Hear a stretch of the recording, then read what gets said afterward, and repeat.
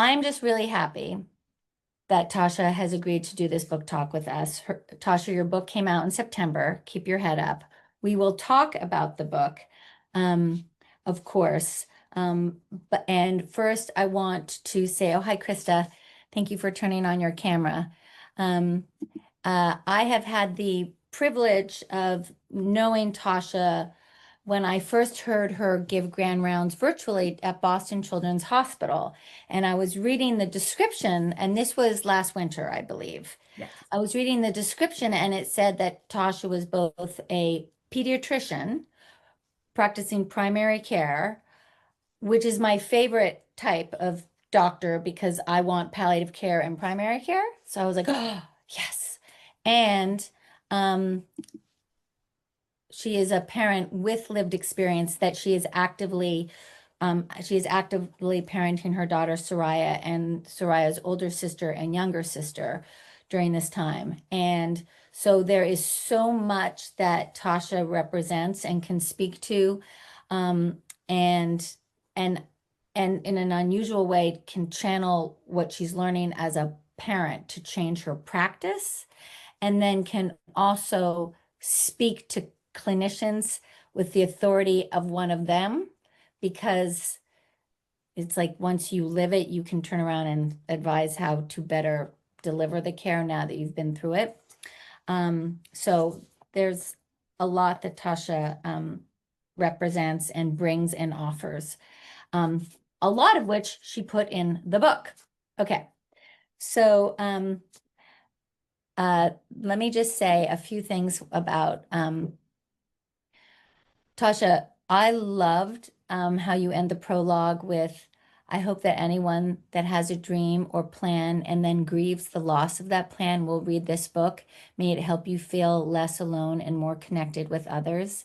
That is, I think, uh, probably the most important thing that we are always trying to do at Courageous Parents Network is help parents feel that they are not alone. Um, there are many things to admire about your book, and I'm not going to focus on all of them here. And people should definitely read the book for themselves and find your own things. Um, and given that this is Courageous Parents Network by parents for parents, I'm going to focus on the things in this book that are most obviously relevant to the network. So I'm not going to talk about your childhood, your journey to becoming a doctor. That's a rich part of this story, your story, but not going to focus on that here. Um, I have been fortunate to read a fair number of memoirs written by parents and clinicians, um, and they're always very evocative. The stories are beautiful, and there's so much wisdom in them.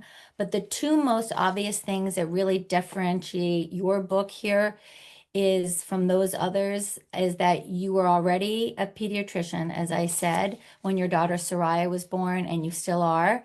Um, so you are at the intersection of primary care and parenting. And also, you're writing about your family and daughter while she is living. And not just alive, but very much cognitively aware of what is happening to her. And you write so courageously about what it means to parent her, speak honestly with her, navigate what to say and what not to say until she asks questions that you have to answer. And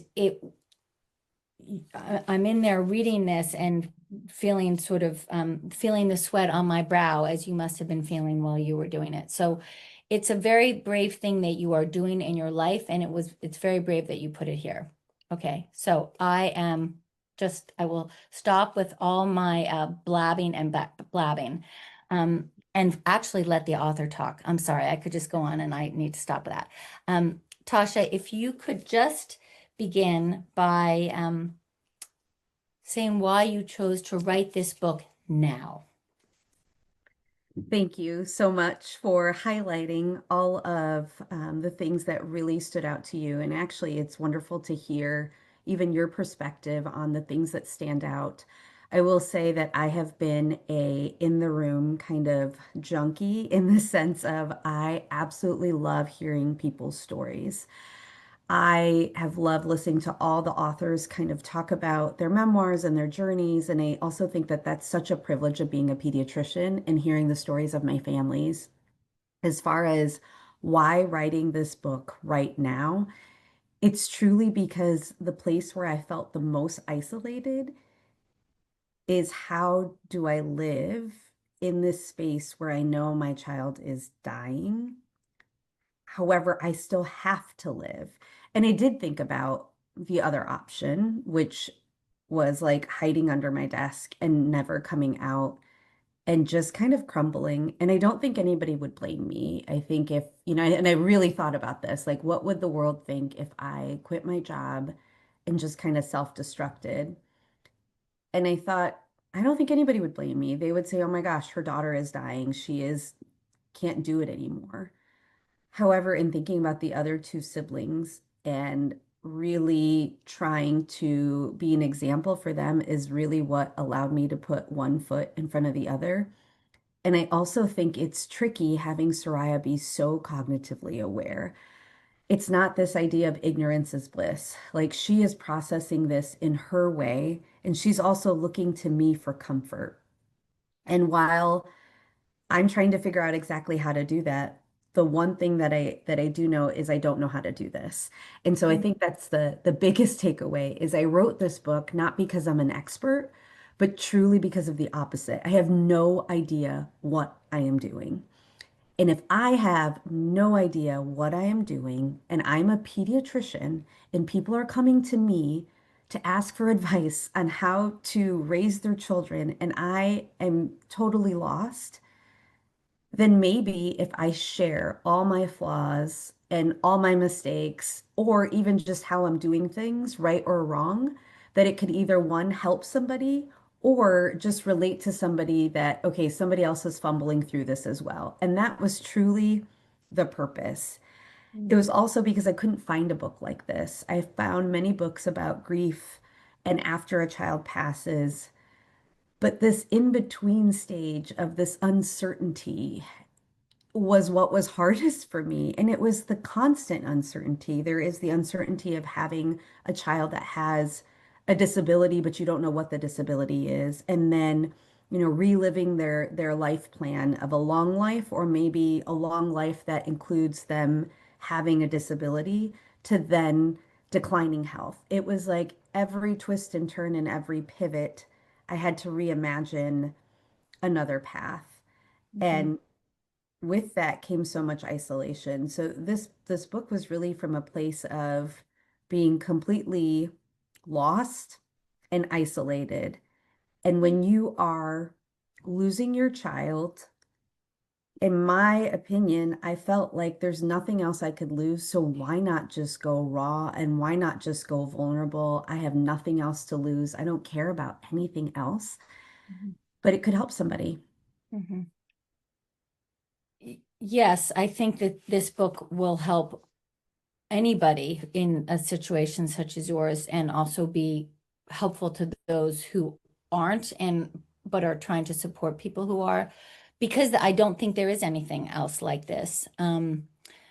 Uh, at least not that I have. Almost like the closest that I've read, which is different, of course, is When Breath Becomes Air by when he's writing about his own illness.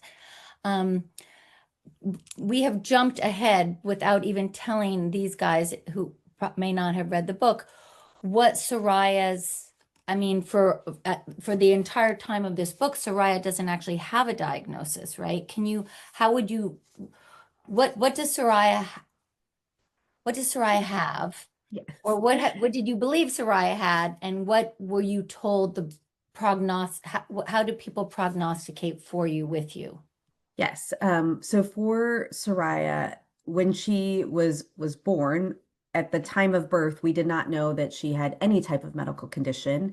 She was born with feeding difficulties in which we, like many families that have gone through this experience, felt like something was off, but we couldn't quite put our finger on it. and was oftentimes given a lot of reassurance. And that's not to shame physicians. This is really to shed light on different stories and how we can do better and just hearing our patients.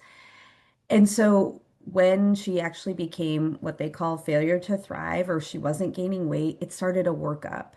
And in that workup, we were told that she had spinal muscular atrophy, adrenoleukodystrophy, Zellweger's disease, all of these diseases that at that time she was 6 months old had a shortened life expectancy of, anywhere from 1 year to 2 years. At that time, there wasn't a treatment for SMA. And then when all of those things were ruled out, then we were at a place of like, what else can we test for? And she still had low muscle tone, developmental delay, feeding issues, had a G tube. And so we really pushed to get a muscle biopsy to look for mitochondrial disease, which was also part of the differential. Once that was negative, this was about, 13 years ago, and exome studies were new. And so it was like we did the exome study, which took like 6 months to get the results, which was also inconclusive. That then it was like, okay, she's undiagnosed.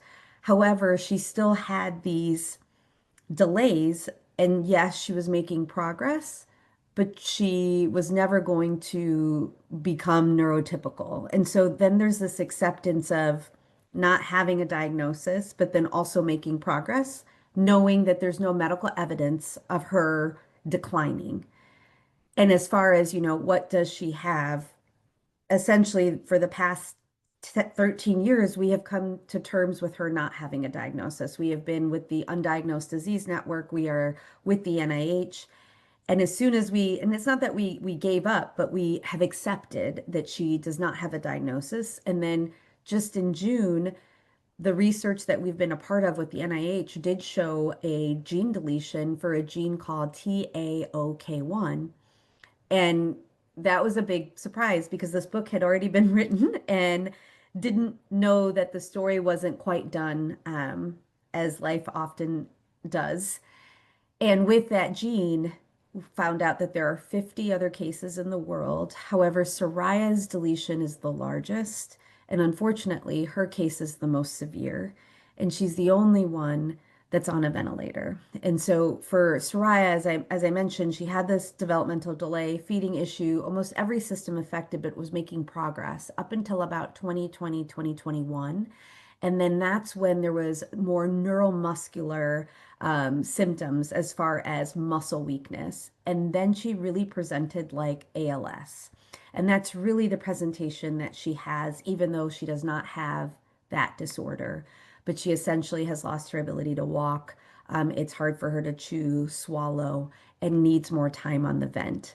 And that is essentially what led us to palliative care, hospice, and we can talk about the specifics with Soraya, but in thinking about, prognosis, I would say about almost 3 years ago, she was given about 2 years. And so, she's at a point where she's still declining, but it is essentially her respiratory system that is the one to lead her medical team to say that that would be what would cause her death, as far as, pneumonia, um, or respiratory failure. So that is where we are right now. But cognitively, she's mildly delayed, but really is with it. There's so many directions that your story there's so many questions I have that I want to ask, but I also want this to flow. So based on what you just said, I'm prompted to ask how how front and center for Soraya is the fact that she is slowly declining towards her death, and how big a presence is it in your day-to-day life in your home? It comes up every single day. And, one could, argue. And I say that because there's the question of, do parents, should they tell their child their, prognosis or what is happening, or should they not? And I think that's such a personal decision. So I do want to put that out there that, me exposing how I'm doing this does not, again, mean that I'm doing this the only way. I do realize that many families do things very different. And I do think that this comes up in the book where my husband and I don't always see eye to eye on this. And there is this part of, our worry that if we tell her, then she'll obsess about it. And so it's almost like now that she's thinking about it nonstop, would it be better if she didn't know? And I do want to put out there that Soraya already knows, and she already had a feeling, and she was already prompting the question. So I do want to just put that out there for those that haven't read the book, that she knew that her body was failing, but essentially every day she'll say, "I'm getting weaker. I'm not getting better." And even on good days, she'll say, I know it's not happening today. I know it's not happening tomorrow. I know that it could be a while.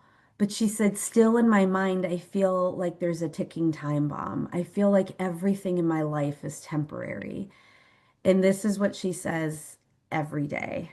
And so, back to your question, it's in the forefront all the time. So we really truly have to actively know how to hold space for that while also figuring out how to live, because she's not always thinking of the joyful things.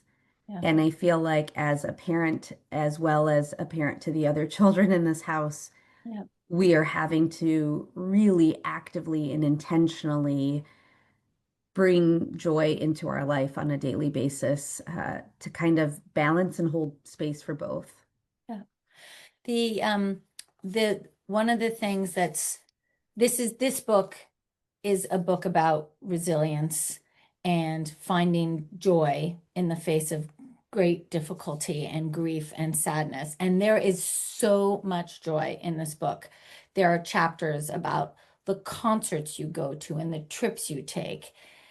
Music is a huge piece of your life. So, um, like that alone is its own talk, is how your family um does that, and you figured it out together.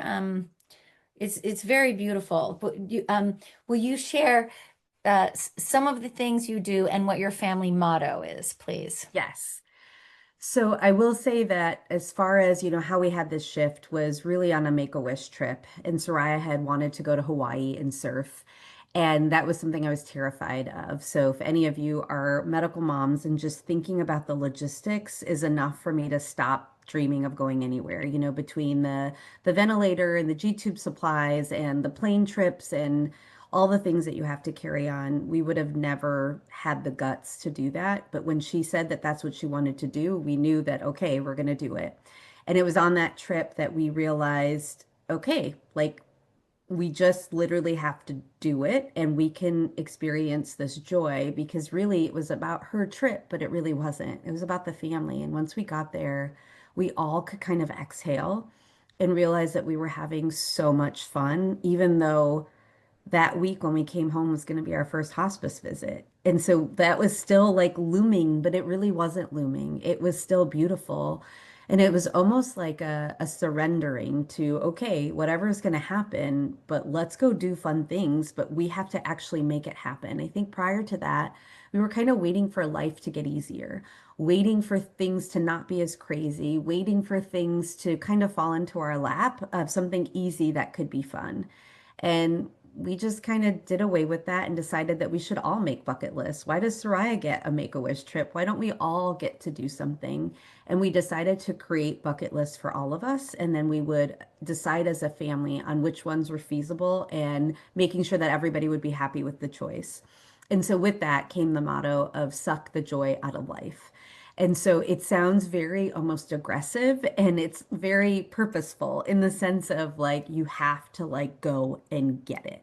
It's not just finding it or waiting for it. It's literally going to go and get it. And so with that, we did things like went to our first Bengals game. We were located in Cincinnati, Ohio. We decided we wanted to swim with dolphins, so we took a trip to Florida. We went to the Taylor Swift concert, which was very tough to get tickets for. We could get 4 tickets, so my husband was the driver. And we are big fans of Andy Grammer. And if you don't know his music, he sings so much about joy and grief and actually does so much with children's organizations that we had seen him a couple of times and have done a lot of his meet and greets just to connect with him. And then, of course, one more trip to Hawaii, which we did last year, looked very different than our Make-A-Wish trip. Soraya was too tired to even leave the hotel room. But we decided that just being in the hotel room, looking outside the window, seeing the ocean was joy. She had never seen the Eiffel Tower, so we also went to Vegas. Again, she was too tired on that trip to actually go into the Eiffel Tower, but we had a hotel room where she could see it. And then concerts, we have still been attending. It had been about a year since her last concert, but she really wanted to see Alex Warren, who also sings a lot about grief. And so we all went as a family, and her palliative care team gave her caffeine pills to actually stay awake to counteract her methadone, which I think was a beautiful use of caffeine. She used to like drink a latte to be able to enjoy things, but now it's getting harder for her to drink. And so just the creativity in order to make these things happen have been wonderful. And then just recently, we went on a trip to California. And it was something that Soraya really wanted to do. And I'm really happy to say the sisters wanted to as well. Go to the George Mark House, and that's in California. And it's a pediatric respite home. But when I told Soraya that this existed, she almost couldn't believe it and wanted to see it for her own eyes. And so we went there, and the girls got to come up with ideas of what they wanted to do. And so they hung out with reptiles, which isn't really my thing, but that's okay. It's their bucket list. And then they had a kitten party, which was just so much fun watching kittens. For Soraya's 13th birthday, she's always imagined like a huge birthday party. And this was just this past April. And she knew that she was getting more tired. So I asked her something else that she could do that wouldn't take as much energy. And she said, I want to spend time with a drag queen. Just ask them about their life and maybe shop for an hour. And so that's what we did. So I found one on Instagram, and Broccoli Spears came over and we spent time. So Soraya has really, taught me and our family kind of how to find this joy. We just kind of come up with ideas and we do our best to make it possible. Her next thing right now is to see if she can meet a WWE wrestler or at least FaceTime them. And it's like, why not? Why not? You don't know if you don't try. And for anybody that's a parent, you do anything for your kids. So why would Yeah. this be any different? Yeah. The why not? Oh my God.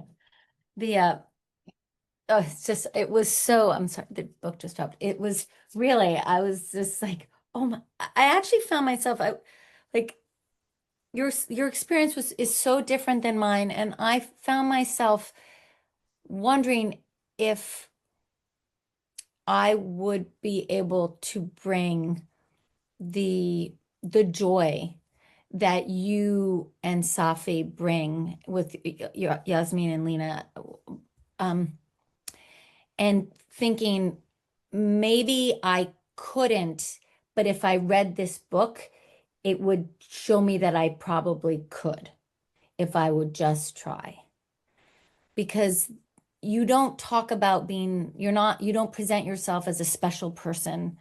You don't suggest that you have special powers or privileges. You just go out and you find a way, and it's an orientation and it's an attitude and it's a commitment that you and your family have made. And like, it's like, oh, oh, that's an option.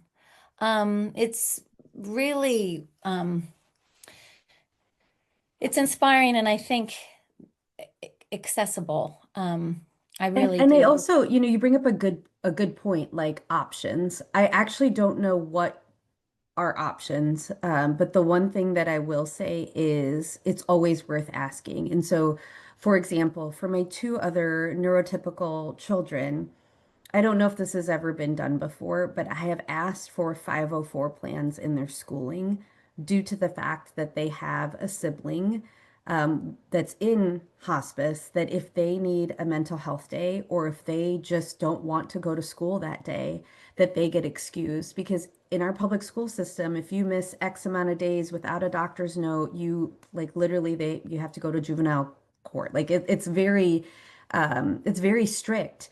And I mean, they make it sound awful. And I'm like, well, so go ahead, like go at least ask. And they've approved that both of my children do not have learning disabilities, but because of this, they do have a 504 plan that says if they need a mental health day where they just want to spend time with their sister who's at home, that they can, and that the teachers will work with them. And the same with trips. I just told them, I said at the beginning of the school year, there's going to be opportunities that may be fleeting, that we may just say we need a week off of school and we're gonna go somewhere. We're gonna do this. It may be in the middle of finals. It may be, and I can't think of what is more important than time with your family. Yeah. And it shouldn't be just because your time is limited. And I know that there's people that, could abuse that, but I wouldn't have thought that that was possible. So when you think of options, I say think of anything and try it. And similarly, I did not know what palliative care does as a pediatrician. And I also still don't really know what they don't do because everything I've asked of them, they have done. So it's almost in line with how we're living, where, okay, let's just ask. Like whatever crazy thought you have, it may not be so crazy and it may just bring a lot of joy. So let's talk about palliative care. How you came to it, your initial reluctance, the way it's helped. Um, but before you do that, can you Yes. please um, say how old your three daughters are? Yes. Because Yeah. I skipped over that too. Yes, exactly. So I have three daughters. My oldest is Yasmin. She is 16. She's a junior in high school. Soraya is 13. She would be in eighth grade, but she's been out of school since the end of sixth grade. And then Lena is my youngest. She's 10. She's in fifth grade. Okay, thank you. We are going to talk about the siblings in a minute because that's a big piece of this book. And it is a big piece of what parents navigate and family life.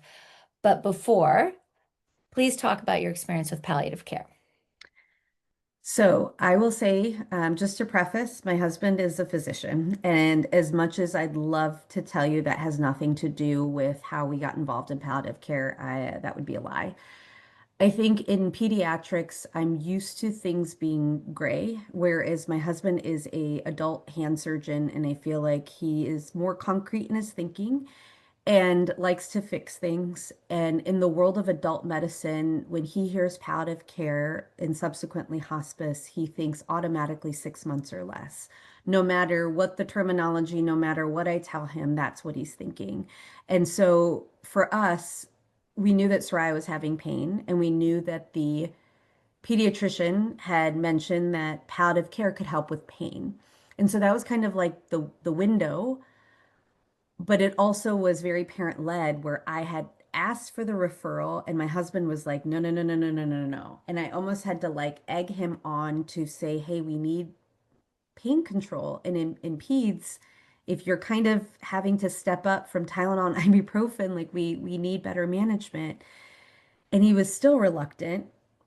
And then in the same time, her breathing support was increased, and we both kind of went there. Like, if she's already declining and we know that she needs her vent more, as physicians, we knew that at some point the conversation of a trach would need to be happening. And as soon as I said the word, he started sobbing. And it was like, I could never say the word.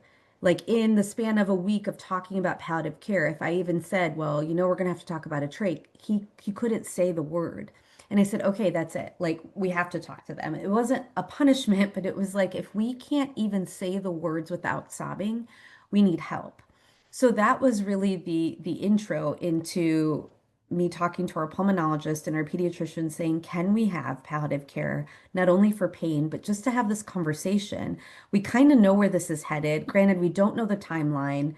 We feel like this is what could happen unless you tell me otherwise. And they said, okay, like I think that you could wait, but I think you could also do it. And then there's that fear as a parent, like I'm manifesting this.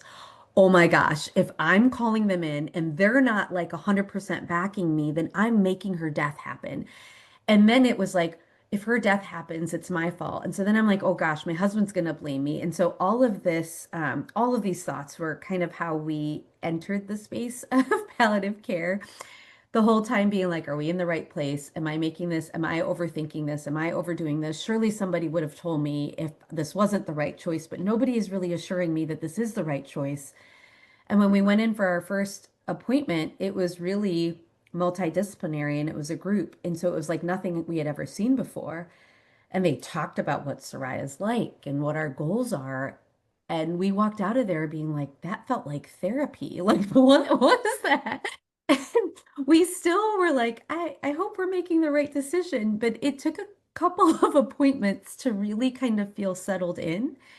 And even when I give grand rounds right now, I still talk about, I still don't know when would be the right choice or if we had said anything, who would have done that? And in pure palliative care fashion, our team just kind of looks at us and smiles. So like I don't know. I'm sure the answer is everybody is different and every situation is different. But just like any other parent, man, what I would do to like know how other people are doing this. And I think that's what it comes down to it, where other parents are like Googling things. And as a physician, I may not be Googling this, but I'm definitely sourcing like where and how. And the issue is I don't have a crowd to source. So I Right. just wrote a book instead. Right. Like, Well, and I think, to some extent, CPN tries to be there for those who find us and can, in their own time and own place, find parents. Um, but the the the the trick with all of this is just in time as needed. And that's hard. It's hard to time this.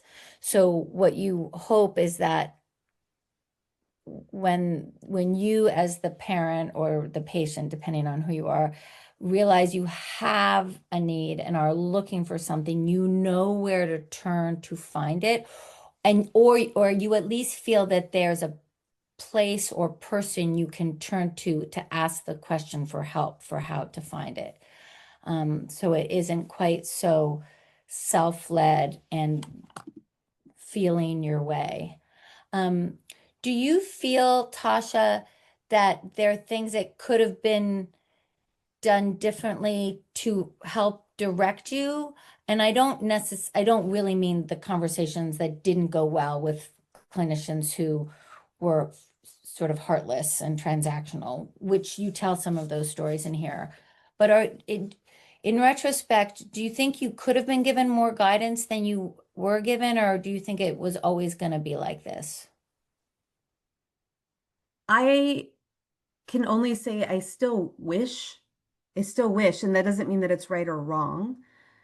I think, like any parent, you're always afraid that you're doing the wrong thing. And so, if you think of even like well child visits, the constant reassurance that is needed just to feed your kids the right foods and make those right decisions, it's so much more heavier, I feel, when you're like, gosh, I'm human. I'm a parent. I would just want that reassurance. So it's not even is this the right path? But no matter what the path, let's say palliative stances, like there's no right or wrong. But I wish from my primary care physician that I could have had just that, yes, if this is this is the right, like just some reassurance. And I think that would be what I would wish for. Normalizing it or acknowledging that, yes, I see why. Because I think the kind of like I don't want to say non-reaction, but neutral, like neutral reaction. It was so neutral. There was nothing harmful, but sometimes neutral, especially in these like big stake types of decisions, at least it feels that way for the parent. I would love reassurance, just like any parent would when it comes to any decision. You just want to do what's right for your kid. And I think that especially for my husband and I to have that reassurance would have been great. So that would be my wish list. I do wonder. And again, I asked my team and nobody's really given me an answer. Like, at what point would have somebody said something? I don't know. I still don't know. Like when she couldn't chew anymore, like I'm not sure. I think that it would happen. I just think that it would be maybe a year later. And Hmm. what I look at, that's a year lost of quality of life Hmm. because we have had some amazing times in that first year. And it wasn't just about a Make-A-Wish trip. It was a mindset. And I'm so grateful that we went on all of those trips and did all of those things when she physically was able, that it's allowed us to have a really nice vision as she continues to decline. So that would be my wish. I also have, wishes in general, like you, when it comes to complex care, just being partnered with palliative from the Yeah. get-go. I think that's Yeah. that's my ultimate. But for me specifically, I think reassurance. It doesn't even have to be the right path, just reassurance for whatever we decided to do, that it was, yes, the You- right choice. So when you go and then we're going to siblings and then we're gonna let these beautiful people ask you questions. Sounds But great. when you go, I know you go and talk to clinicians, especially residents and I think fellows at the hospital, Cincinnati Children's, huge major medical center in this country, one of the best. What are the three biggest things you want? What are you really trying to hammer home to these people? Yeah, so I will say that the premise of the book is actually a lecture that I started giving 10 years ago. So when I used to compartmentalize my life and be like, doctor hat, mom hat, always keep them separate, never bring your child into a patient room with you when I was living very two separate lives. But what I did have a passion for is making sure that those coming into the field of pediatrics could learn what this experience was like. Not necessarily right, wrong, but just what it felt like to be in these shoes and all the things that I wish that I didn't know. My take home points for those residents, and honestly, as this has continued, has been one, asking a caregiver how they're doing. It seems like so straightforward. Prior to being in palliative care, we had 15 subspecialists, and I could count on my hands how many times somebody had asked me that. The other is um, asking the patient or the family their story, meaning many times in the hospital, you've seen somebody like 100 times, and you don't even get to know who that patient was before they're in the ICU or before they're in the hospital or how they presented. Or we make these assumptions about the families that, oh, the parents probably never worked and that's why there's somebody that's there. Like you never know all of the challenges that they have to go through just to physically be there. So one is take one person from your list and at some point in your month on this rotation, find out their story. How did they present? How did the physician know something was off? How did the parent know something was off? Those are where you can learn from. And then the third thing is whenever there's somebody that you think is a crazy mom or an angry parent, create space to kind of find out what that's about. Chances are they've gone through something horrific, a situation of distrust Mhm. or a misunderstanding where they're fixated on a certain outcome, but they're not even expressing their fears. And so sometimes if you can if they're able to feel safe to express those fears, you will be able to create that trust to then create a better understanding for their care. So those are like kind of like the big three. And then sprinkled in there is the finances and the lack of resources that are communicated. And then the sibling dynamics, I would say are my most important things that I would want to share with everybody, specifically residents in training. And it for me, when you gave the talk on the to Boston Children's, when you were talking about Yasmin and the impact Soraya's illness was having on her older sister, um, I was uh, very taken by that because you speak really honestly and very specifically. There's lots of vague language about impact on the siblings. Yes, impact on the sibling, but what exactly do we mean by impact on? What does that look like? What are some of the examples? Not, and they're not all change for the better examples. And you talk about that. I loved how honest you were in the talk and how honest you are in this. Um, and so I want to hand it over to you about, parenting your two other children, especially Yasmin, who is obviously precocious, very smart, older, and like holding her parents accountable for the truth. Yes. I think one is there is this narrative when it comes to siblings of those that have complex medical needs. And sometimes that narrative can look like compassionate, caring, caregiver, third parent, responsible. And I think many of those attributes were ones that I was projecting, my family, my extended family were all projecting on big sister Yasmin. Like, oh, well, if something happens to your parents, like you're the one that's going to be responsible. All of these, subconscious and sometimes very direct expectations that were asked of her. And what was really happening in front of me was resentment and anger. And as much as we were pushing against that, I think the biggest exposure is exposing that siblings can have completely different experiences, that they can be resentful, they're allowed to be angry, they're allowed to have their own experience. And when it comes to Yasmin specifically, my promise to her is if I am going to go public with our story, that I am honest in our shortcomings. And so she was the only child that proofread every single chapter in this book. When it comes to my Instagram community, everything is okayed by them. And I made that promise that I will say the things that I have done wrong to acknowledge so that way other parents can kind of see that sometimes when we are having tunnel vision and so much concentration on the complex child that it ends up impacting the sibling and our expectations of the sibling sometimes needs to be checked. And so for Yasmin, we specifically don't have her do any caregiving roles unless she wants to. Mhm. And some people have judgment on that. Some people say she's old enough, she should do this and she should do that. But what I do know is the impact of having Soraya has impacted her significantly in many ways.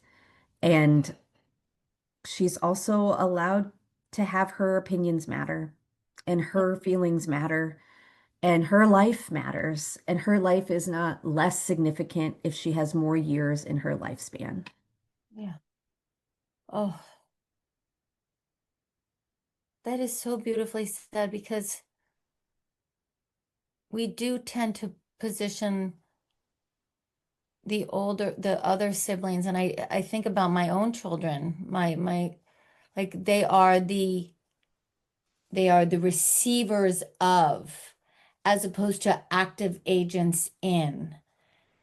And they're no less a major player. Like the drama may be happening in the body of their sibling, but they are co-starring.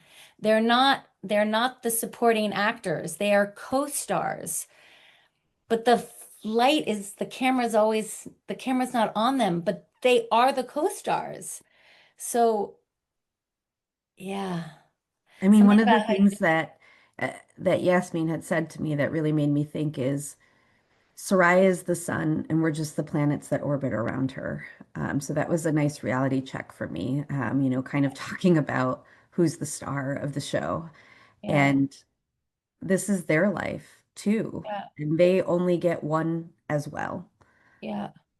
You one sentence you wrote that I underlined what is just because healthy. I mean, you didn't write the word healthy, but that's what you meant. Just because children are known to be resilient doesn't mean they should be left to parent themselves. Oh, they're resilient. They'll be okay. Well, yeah, they'll be okay, but yeah. Oh, um, the I think I want to ask, I'm going to close so that people can ask you questions. I mean, you guys, uh, Tasha writes about how grief shows up, where she found professional support to help her navigate her own emotions and feelings, dynamics in her marriage with her husband, Safi. I mean, so her extended family, how they showed up helpfully and not helpfully. I mean, there is a lot, but we can't get to it all here. And I want to give these people a chance to ask you a question. I would love it if you would read the last two paragraphs on page 228, beginning with the line, "I'm slowly peeling away layers." And to the end, or the word miracle. I'm I'm so slowly peeling away layers that covered me for so long. It feels so liberating, like laying down a burden. I may be imperfect and broken, but I'm trying as hard as I can, just like everyone else. We are all human, floundering around in our own humanity. Sometimes we succeed and sometimes we fail. But I'm here to catch anyone who is falling into that deep, dark hole. And I now know there are plenty of people willing to do that for me as well. It feels like a miracle. mm, and that's where you leave it. Mm. Thank you, Tasha, very much. Thank you. I want to ask these beautiful people if they have any questions for you. And if you do, just unmic yourself and jump in. That's the beauty of being not a big group.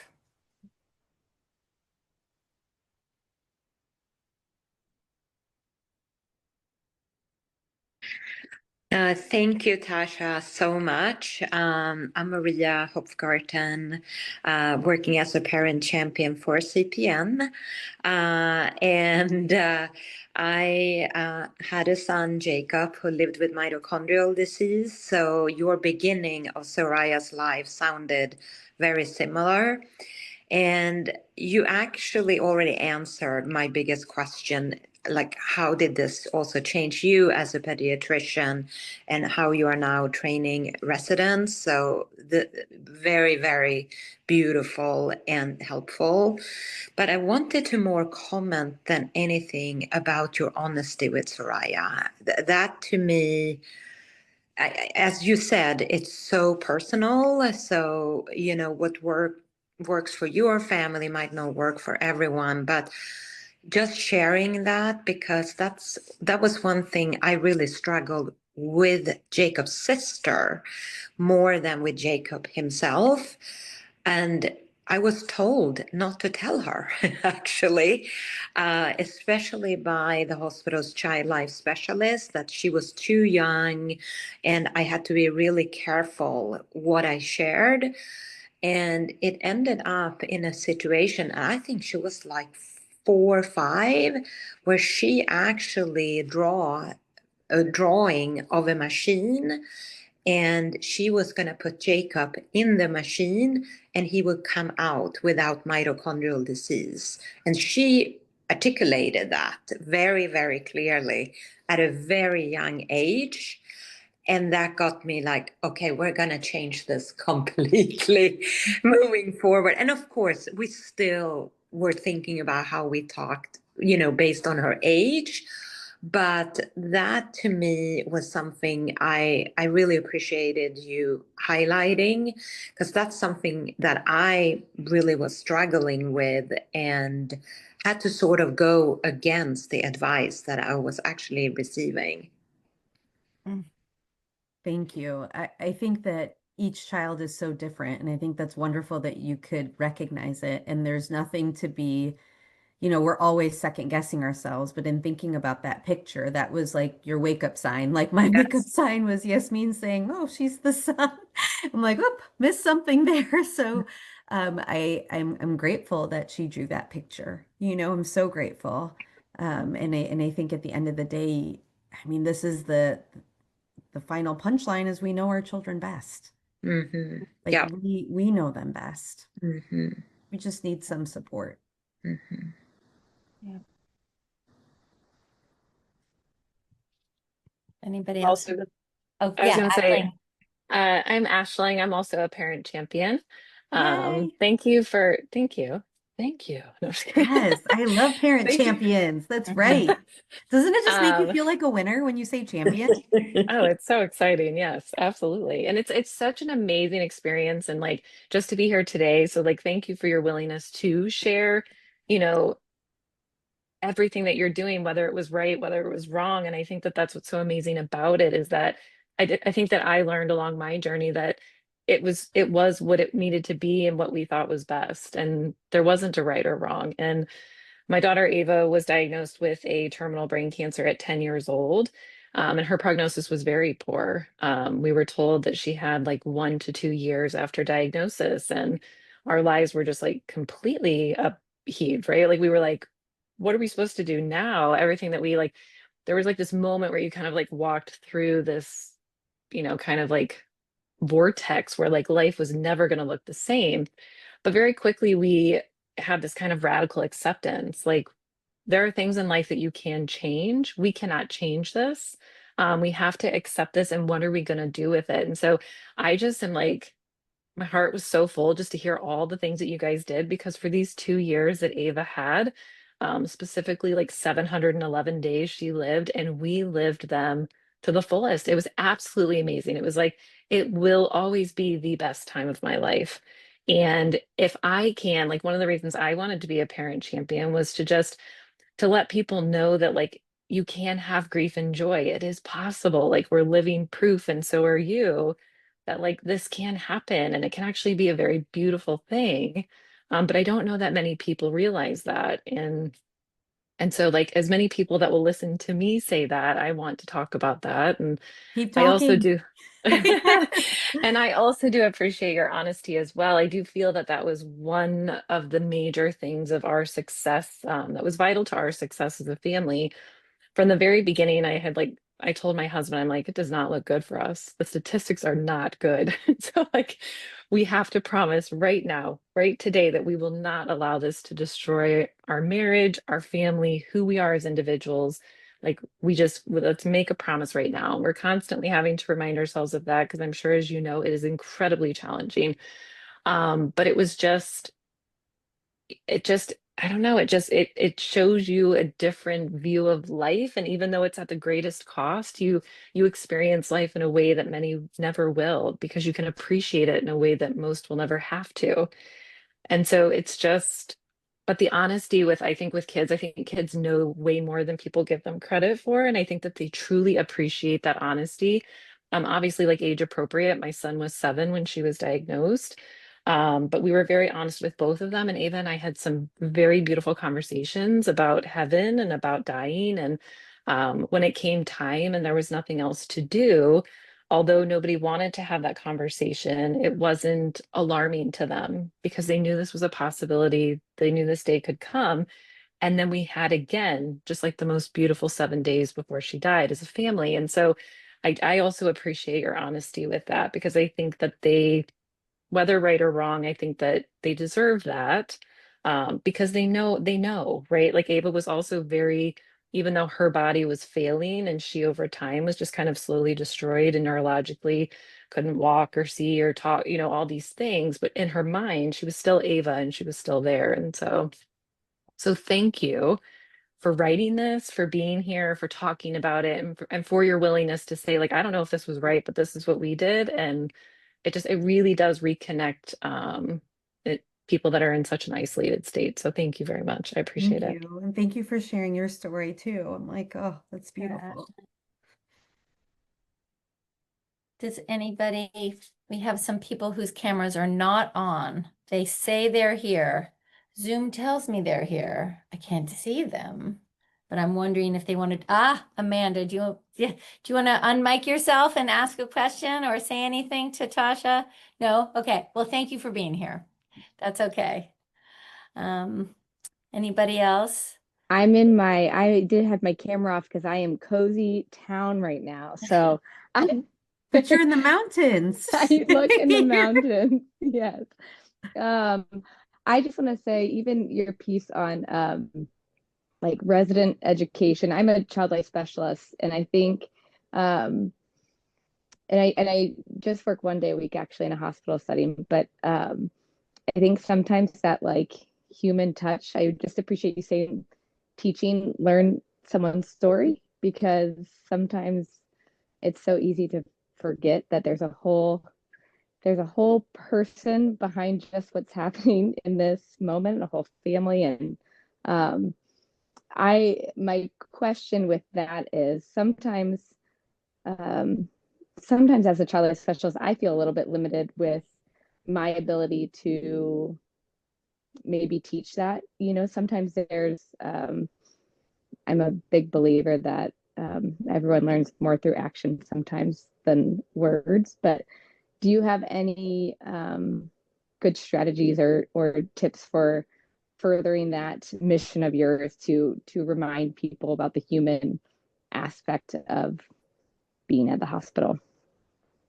I think outside of like a to-do of, please ask how the caregiver or the family is doing. I think the other thing that I like to remind people is no matter what your role is, right? So whether you're a medical student or you're an attending physician, you don't need to have an answer or the ability to do anything other than to just sit with people in it. So I think that's like the other thing is like it's when you're a medical student, you feel like you're not equipped. So if you ask somebody how they're doing and you're asking them their story, that you don't feel like you can fix anything or offer anything if they start crying. And then when you get further along the chain, you start running out of time.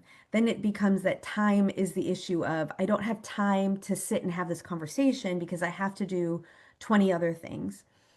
Then, when you're actually in practice, there's a systemic issue of how many patients we have to see in this many, whatever, for this many RVUs, et cetera, et cetera. So, what I always try to stress in all of my lectures is like, remember the why of why we do the work that we do, whether you're a child life social worker, whether you are a physician in training or a physician, like what is the why? And it's I truly believe that everybody has the intent to have that human connection. I just think the system beats it out of us. So it's almost Mhm. like everybody should take a step back. I don't think that I'm trying to change, I'm not trying to teach humanism. It's already there. That's like what got you there in the first place. I feel so confident that everybody that goes into this profession really meant to help people, but the system has beat that out of us so much with how much you have to produce because everything becomes transactional that I say, okay, remember why you do this. So try to connect with that because that's actually what brings you joy in your job. Like that's like when you think about the people that get, burned out. And I think many people are so shocked that I still like practicing. They're like, "Wait, what? How is that possible? How can you sit through somebody crying through an ear infection when you have a daughter that's dying?" And it's like, "Oh my gosh, to see a baby smile, to be able to help a mom through the challenges of breastfeeding and say, "Yeah, that's actually hard." Is like the greatest joy, or even asking them, like, what do you do to like spend time with your partner? It has nothing to do with medicine. It's the human connection, right? And so those are the parts of my job that I feel like I'm getting away with something because it's like, this is so fun. I get to connect with somebody and we get to talk and just be humans. And so that would be my reminder is not only just, asking and using the words of like, ask them how you're doing, but remember, why did you go into this? Because it's still there. But we have to try, just like we have to intentionally, like aggressively find joy, we have to aggressively find ways to connect with our patients again because of the system. The system is broken. Mm, Mm. thank you for that. Also, I was going to say, as you're answering, like, man, you can just feel your positivity and joy. And I think sometimes that's also lacking in that, like, mindfulness in healthcare, I think is such a gift probably to your patients and your families. So thank But you the so much. irony, right? Like, I think I got this way because my daughter is in hospice, right? Like Right. much like what the other parent champion was mentioning as far as like having those last part of your child's life be the best. It's almost like you have to feel so much pain to be able to feel that utmost joy. My youngest daughter actually said in our family, this is when she was 8, our family, our life is like a roller coaster, except our downs is actually below ground and our highs are high up into the sky. It's almost like you feel this extreme. And so if we become complacent, we almost become numb. But if we feel with people, we may also be able to feel like so much more joy. And I truly believe that. Like my patients who didn't know about Soraya probably thought I was just like so crazy, like with how much I love their babies. But I think it's just, I appreciate those little things so much more. It's like when you're in it, it's like a veil almost like the curtain moves and you just see life so much differently because you're losing something that's so beautiful that it almost makes you love these little things even more. I don't know if I'm explaining that well, but um, I think that's a way that you can connect without putting yourself in harm's way of like, I need to go through. You don't have to go through something to feel joy. I think you do have to be really intentional though. Yeah. And I will add, Tasha, you know, uh, Maria, Ashling, we are now bereaved parents. Like we did that roller coaster, um, in our each of in our own ways. And I think it's probably true. Well, Ashling said it. Like you never feel more alive than when you know that life is really precious. And then once your child dies, and you're bereaved and a number of years pass. I mean, Ashling, you're not out of that.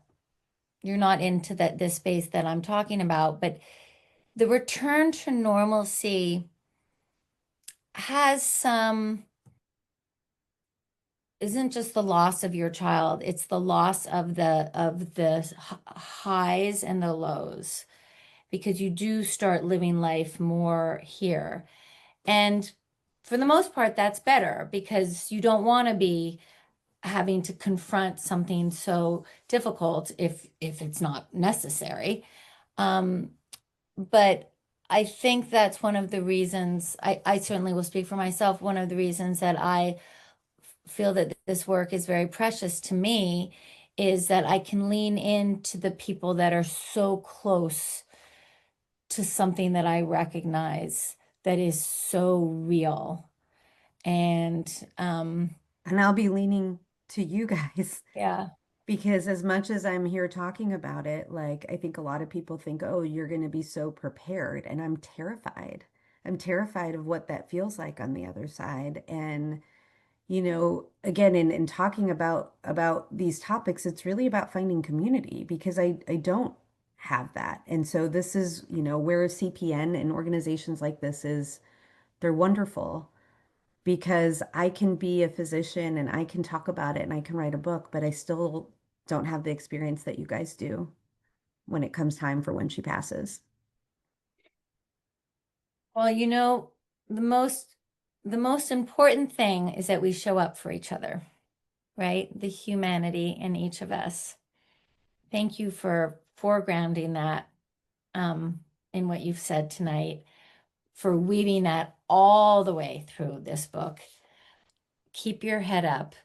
There is, please go get this book, read this book, enjoy this book. It is, it's unlike anything. And just because you've had this book talk, you have not, you should still read the book. If you heard the talk, you should still read the book. And not just to support Tasha. Um, thank you guys very, very, very much. Tasha, especially, thank you for Thank giving us you. your time.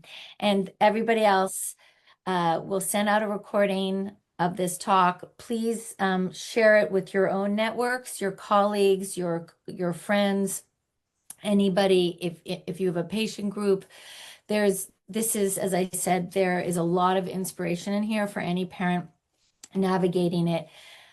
Of course, there are some things that are exceptional about this, namely that Soraya is cognitively aware, capable,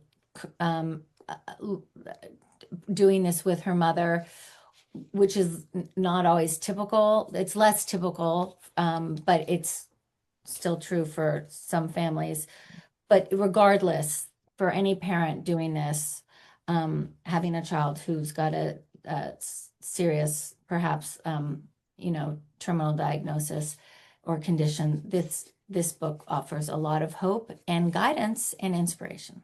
So, thank you, everyone.